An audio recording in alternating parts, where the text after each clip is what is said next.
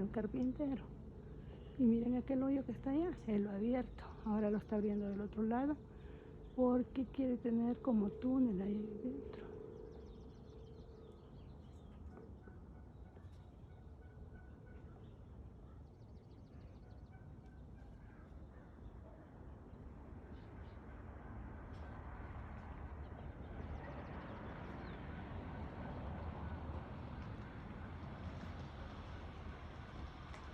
Bye bye.